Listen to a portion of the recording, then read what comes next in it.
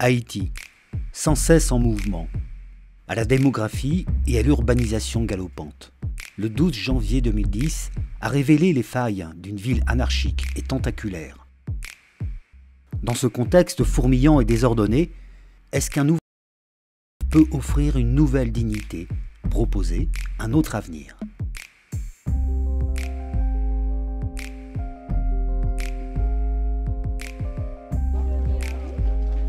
De 2012 à 2017, le programme PARAC de l'Union européenne a haïtienne dans la réhabilitation post-séisme de 10 quartiers vulnérables, 8 dans la capitale et 2 à Petit-Goâve. La particularité du programme PARAC, un petit peu à la différence peut-être d'autres programmes et aussi notre valeur ajoutée, c'est pas seulement un projet de reconstruction de logements après le séisme, mais c'est aussi une approche intégrée, avoir une vision du quartier dans son ensemble face avec toutes ces difficultés, que ce soit l'accès à l'électricité, la mobilité. Et c'est vraiment la particularité de notre programme, avoir une vision intégrée, une approche intégrée de la reconstruction. La reconstruction ne concerne pas seulement les logements, mais tous les éléments de la vie du quartier. De la sécurité à la qualité de vie en passant par la mobilité ou l'accès aux services de base par exemple. Et pour choisir les secteurs d'intervention les plus urgents, le PARAC a ouvert une large consultation des résidents. Nos partenaires ont développé cette approche participative, laissant la parole aux habitants, aux plateformes communautaires, mais aussi en impliquant les institutions, pour que les institutions soient également présentes, pour essayer de rapprocher les habitants avec les institutions.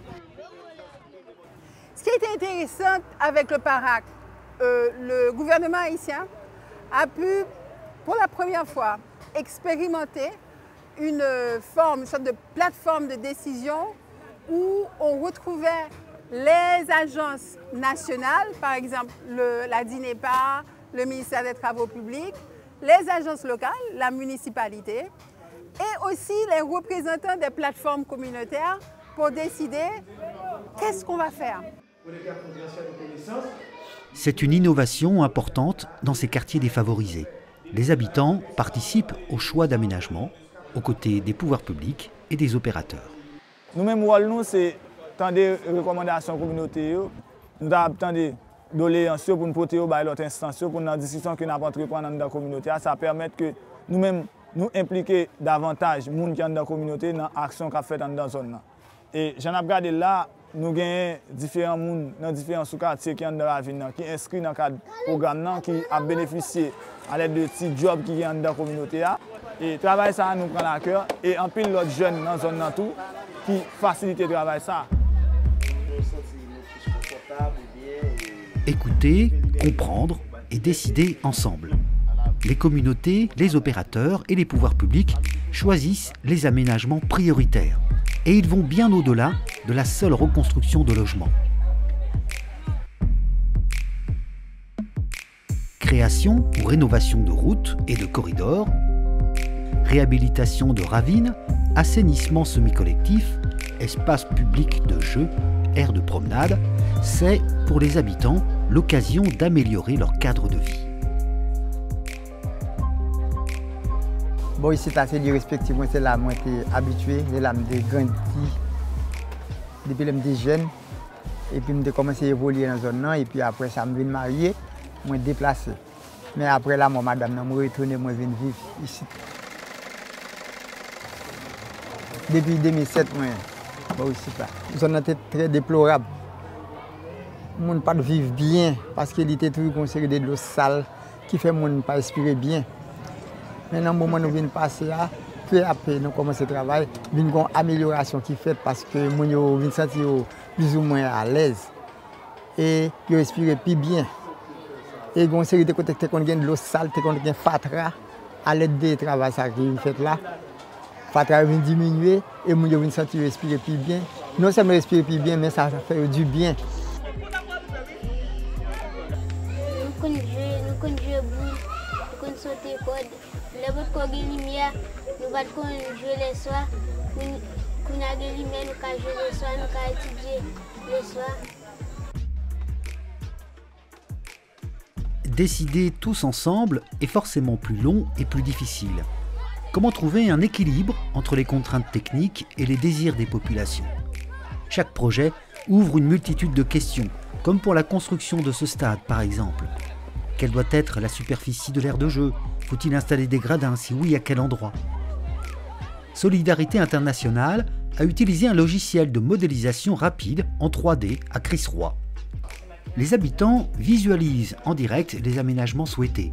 Le logiciel intègre les contraintes techniques. De même, ce croquis en 3D a permis de confronter les désirs d'aménagement avec les réelles possibilités physiques de l'espace.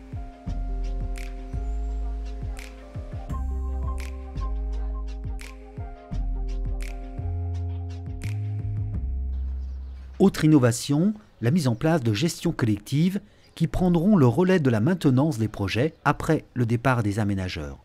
À Crisroy, les résidents se sont organisés pour gérer un système d'assainissement collectif. Le fait que vous ayez un projet qui pour tout, qui est en commun, donc vous êtes obligé d'entendre pour parler entre eux-mêmes, pour discuter sur l'avenir de cela. Donc c'est ça que fait et Mounio, à part que le travail ça qui fait, qui est bon pour la communauté, mais il rapproche Mounio. Il rapproche Mounio, il y a envie de plus serrer entre eux-mêmes. Et après, même participation, vous regardez le monde dans l'espace, petit coulier, tu as fait, car il a donné, il mettait à la disposition de la communauté pour faire force. Le comité, ça tout, nous fait des formations pour eux, formations techniques par rapport avec comment il faut savoir le construire. Nous faisons formation administrative pour lui, parce qu'il a l'argent qui vient pour acheter matériaux, pour le payer boss. Donc, il faut qu'il y ait une certaine formation. L'appropriation des aménagements par les habitants est une condition essentielle de durabilité. Et leur investissement est aussi un gage de réussite. À Carrefour, les résidents ont opté pour la création d'une voie reliant deux zones séparées du quartier à un axe routier majeur. Une restructuration qui va améliorer la mobilité, désenclaver le quartier et ouvrir un accès au commerce. Mais pour cela, certains habitants ont dû accepter de réduire la superficie de leur maison. Au bord de la route, M. Bernard tient un cinéma communautaire. Perdu dans là, ce n'est pas rien lié du tout. Parce que Kevin ban en route qui n'a pas de gain. Kevin mette en chaleur dans la sauce que moi-même personnellement je n'ai pas espéré. Je vais au moins 4 à 5 mètres comme ça, je vais dans là. Même pas regret que je me débaille. Mais quand moi je viens plus de valeur tout. Même si quand a réduit qu'on y a, même gain plus de valeur qu'on y a. Parce qu'actuellement, je suis dans la rue qui est propre. Si la pluie a venu, il faut travailler paraître encore. Non, je ne dois pas courir rentrer dans la cour là. Même si je suis non lieu. Comme si je suis dans la ville, à pas de blocus la ville, si je saute là dans la rue, pour rentrer là, dans 3 minutes, c'est pour rentrer là. En 2010, la fragilité du bâti a décuplé la violence du séisme. Construite avec des matériaux de mauvaise qualité et sans respecter les normes de construction, la plupart des maisons n'ont offert aucune résistance au tremblement de terre. Le programme de l'Union européenne a permis de former des professionnels du bâtiment à l'utilisation de matériaux sûrs et aux bonnes méthodes de construction. La formation certifiante a concerné près de 1300 entrepreneurs, dont 100 femmes. Problématique femme et garçon, il faut que nous évitions. Puisque les filles là, elles travaillent tout. Elles sont capables. Les filles, nous sommes tracteurs loaders, mesdames, et piloter, reconduire. Eh bien, qui ça? Nous sommes obligés d'impliquer les filles dans le travail là. Parce que eux même tout, il y a des familles, c'est les filles qui sont responsables. Il y a des familles, surtout, zone pas nous. En même temps, un important travail de sensibilisation a été réalisé auprès de la population sur la qualité des matériaux et la construction sûre. Cette action s'est déroulée auprès des plateformes communautaires, des familles candidates à l'autoconstruction et au total, l'opération a atteint près de 12 500 personnes. Pour faciliter l'accession au logement, le gouvernement haïtien à encourager l'auto-reconstruction assistée, c'est-à-dire la participation des familles à la reconstruction ou à la rénovation de leur logement. Nous travaillons jusqu'à nous lever matériaux, nous aider boss, nous ne pas quitter seulement pour corps, nous lever nous botter ciment, nous prendre de l'eau et nous prendre matériaux tout, quel bagage yo gen besoin, nous lever. Nous avons sol li fait, bloc campé, Marie Saint général, nous avons arrêté béton qui pour couler. Bon, on va dire qu'on tout bagaille. Ces quartiers se sont érigés spontanément, sans vision globale, sans aménagement organisé. La plupart possèdent peu ou pas de plan. Pour passer de la ville chaotique à la ville planifiée, tous les opérateurs du PARAC ont dû documenter les rues, les corridors, les routes, identifier, répertorier les maisons, les points d'eau, les réseaux d'énergie, les commerces. Un travail minutieux et long, mais indispensable pour structurer leur intervention. Dans tous les quartiers, un schéma d'aménagement a été produit, qui s'est fait en concertation donc, avec les habitants, mais aussi avec les institutions.